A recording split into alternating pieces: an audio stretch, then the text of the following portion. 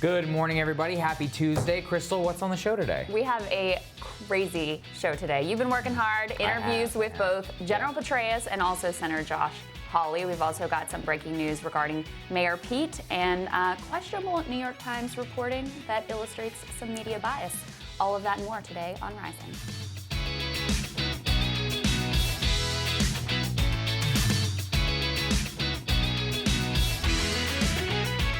Krystal, what's on your radar? So, did Mayor Pete force the ouster of South Bend's first black police chief at the request of his campaign's largest donor? That is exactly what is suggested by new legal documents reported on for the first time by TYT Investigates' Jonathan Larson. Buckle up, because this story is pretty wild. First, a little bit of context here. Shortly after Pete Buttigieg was elected mayor of South Bend, he learned of the existence of secret recordings of phone lines, which were created by a sort of IT accident. The contents of those recordings have long been the subject of many rumors, but what was said on them has remained a secret. Importantly, Mayor Pete has insisted he has not listened to the recordings and fears, due to federal wiretapping laws, that listening to such recordings may in fact be illegal. Okay, so we've got secret police recordings. Separately, just months after being sworn in as mayor, Buttigieg forced the resignation of Darrell Boykins, the city's first ever black police chief. When met with an outcry from the community, Buttigieg decided to keep Boykins on the police force, but demoted him instead. Buttigieg has said that the reason he pressured Boykins to resign was over his handling of those secret recordings. Now, I talked to TYT's reporter Jonathan Larson last night, and these two developments, the recordings and Boykins' firing, may in fact have been linked in a completely different way to what has previously been acknowledged. The documents TYT viewed were an officer's report, which consisted of a description of the contents of those secret recordings, which was filed by a police employee who was tasked with listening to them. They also viewed written responses to requests for information on the recordings from the city's attorneys, from Mayor Pete's city's attorneys. Now again, Mayor Pete says he doesn't know what's in the recordings, so it'd be rather curious if his city attorneys knew and he didn't. All right, so according to the reporting, several white South Bend police officers plotted to use two donors to Buttigieg's mayoral campaign to convince him to fire Chief Darrell Boykins. Here's a portion of the officer's report which describes those recordings. Here's the report.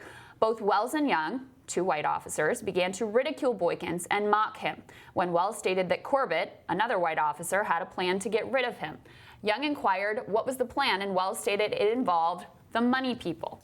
Young asked Wells, what do you mean by money people? Wells stated Hensley and Urbanski, people that are putting money in Buttigieg's campaign. Wells stated Corbett said they are planning to get rid of Boykins and that they had plans to make changes. Now, as it turns out, Urbanski, one of the money people referenced here, was Pete's campaign chair, one of the top donors to Buttigieg's mayoral campaign. We also get quite a glimpse into the motives of these white officers in getting Boykins ousted. The officer's report asserts that their animus was indeed racial, as evidenced by the fact that they would use ebonics to crudely impersonate Boykins and didn't really seem to have any substantive complaints about his performance other than a racist charge that Chief Boykins was protecting gang members because they were his homeboys. Oh, there's one other thing. One of the white officers, while fantasizing about Boykins' potential firing, reportedly said, again according to that officer's report, it is going to be a fun time when all white people are in charge. So again, what is alleged in these documents is that a group of racist white police officers plotted to get the first black police chief removed. The way they sought to accomplish that goal was presumably by getting two donors to Pete's campaign to pressure the new mayor. And we know, of course, that Pete did ultimately force Boykins' resignation. What we don't know is whether those donors really did pressure Buttigieg on this issue. The two donors involved here deny that they did, although, of course, the descriptions of the tape suggest otherwise.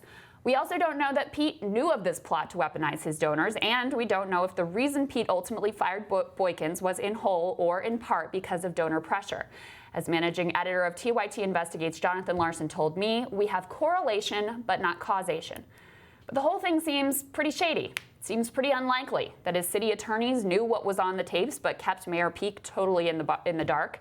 Did he really keep the tapes secret because that was the law, or because the contents were bad for him and bad for his donors? While there's much that we don't know, there is one thing I know for sure. Cozy big donor relationships are corrupting, destructive, and dangerous. It's entirely possible that Mayor Pete unwittingly did the bidding of these racist officers because of pressure from the money people. It's also possible he just did what he thought was right, but now all of his actions with regard to the police force carry the stink of potential corruption.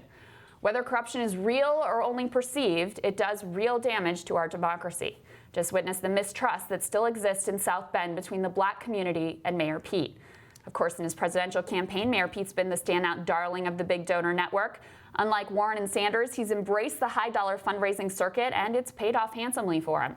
Last quarter, he raised nearly $25 million, besting all of the other Dem presidential contenders. He's got plenty more money people now, plenty more people who may seek to influence him in ways that he's not even aware of.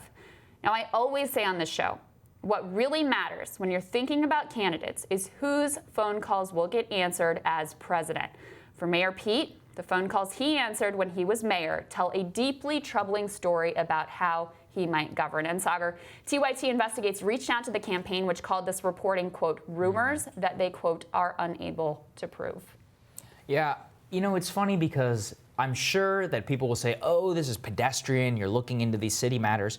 This is all we have to judge him on. Right. He's a small town mayor. So how you conduct yourself in this is his whole case for the presidency, right? I'm a small town mayor and we need Main Street values to come to Washington. Main Street sounds a lot like Washington, D.C. Yeah. That's exactly how it's all going to play out. Once you get conditioned to this type of behavior, it goes with you all the way up to the top. Look at Bill Clinton in Arkansas, up to the White House. Everybody who's ever held that office, they generally don't change. And once you get set in your political ways, this is exactly what we need to see. And once again, this is his whole case.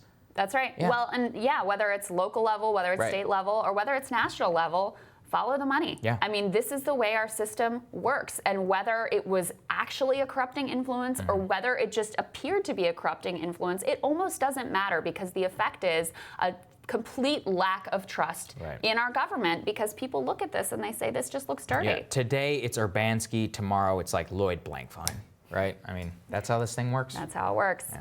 Next on Rising, nuclear talks between Iran and the United States are officially off the table. My conversation with General David Petraeus about what led to this moment. I also sit down with Missouri's Republican Senator Josh Hawley.